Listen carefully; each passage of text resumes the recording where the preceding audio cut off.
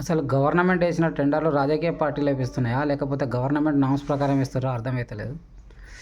Government norms ప్రకారం వేసిన టెండర్లలో అన్ని నామ్స్ ప్రకారం పూర్తి అయినట్టు అవి అధికారులు సంతకాలు పెట్టిన తర్వాత మళ్ళీ గవర్నమెంట్ మారిన తర్వాత విజిలెన్స్ దర్యాప్తులని అదే అని చెప్పి చేసిన వారిని ఇబ్బందికి గురి చేయడం ఇది భావ్యం కాదు. అది సర్పంచ్లకైనా ఇతరులకైనా అదే పరిస్థితులు ఏర్పడ్డాయి. గత ప్రభుత్వ పాలనలో ఇచ్చిన టెండర్లను మేము ఎందుకు ఇద్దామని అంటే, మరి గత ప్రభుత్వంకు తప్పులు జరిగినాయన్నప్పుడు వెలిపుచ్చినప్పుడు ఆ తప్పులు ఏంటో చూపించి ఆ తప్పు చేసిన వారిని శిక్షించాలి తప్ప మిగిలిన వాళ్ళందరినీ కిసుతా బిల్లులు ఇవ్వకుండా ఆపడం ఇది విడ్డూరం. గత ప్రభుత్వంలో అప్పుడు నామ్స్ ప్రకారం చేసినట్టు సంతకాలు చేసిన అధికారులపై చర్యలు ఎందుకు తీసుకుంటలేరు?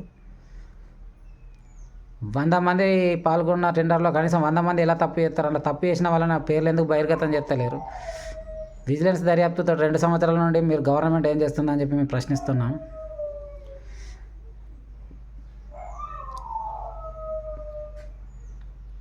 అసలు అధికారులు నామ్స్ ప్రకారం చేయకపోతే బ్లాక్ లిస్ట్లో పెడతామని బెదిరించిన అధికారులు మరి గవర్నమెంట్ నుండి టెండర్ తీసుకున్నప్పుడు గవర్నమెంట్ నామ్స్ ప్రకారం చేసినట్టు మీరు రిపోర్ట్ పంపిన తర్వాత మళ్ళీ మాకు విజిలెన్స్ దర్యాప్తు అని ఎట్లా చెప్తుంటారు?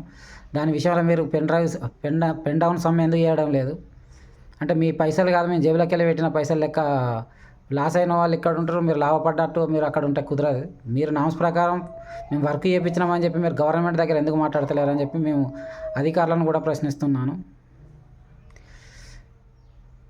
ఏమున్నా సీఎం గారు ఇక్కడ చేప పిల్లల పంపిణీల అక్రమాలు జరిగినాయని చెప్పి విజిలెన్స్ దర్యాప్తు చేసినామని చెప్పి 2 సంవత్సరాల నుండి పెండింగ్ చేసిన బిల్లులను ఇప్పటికీ కూడా విజిలెన్స్ దర్యాప్తు అని చెప్పి పెండింగ్లో పెట్టడం భావ్యం కాదు. అందులో అక్రమాలు చేసిన వారిని గుర్తించి వాళ్ళకు బ్లాక్ లిస్ట్లో పెట్టి మిగిలిన వారికి బిల్లులు చెల్లించాల్సిందిగా డిమాండ్ చేస్తున్నాను. నేను కూడా ఒక కాంగ్రెస్ కార్యకర్తనే. అప్పుడు నాకు టెండర్ ఇవ్వకపోతే నేను కోర్టు ద్వారా తెచ్చుకోవడం జరిగింది. నేను కూడా సఫర్ అవుతున్నాను. నాలాగా చిన్న రైతులు ఎంతోమంది సఫర్ అవుతున్నారు. దీన్ని దృష్టిలో పెట్టుకొని దీనిపై నిర్ణయం తీసుకోవాల్సిందిగా సీఎం గారిని కోరుకుంటున్నాం. సెంట్రల్ గవర్నమెంట్ స్కీమ్ ద్వారా చెరువులు తవ్వుకోమని చెప్పి మత్స్య రైతులకు ఎంతో ఉపాధి కల్పిస్తుంటే ఈ స్టేట్ గవర్నమెంట్ స్కీముల ద్వారా మత్స్య రైతులకు ఇబ్బంది ఏర్పడుతుందని చెప్పి సీఎం గారి దృష్టికి తీసుకుపోవడం జరుగుతుంది. దీనిని దృష్టిలో పెట్టుకొని మత్స్య రైతులను ఆదుకోవాల్సిందిగా కోరుకుంటున్నాం.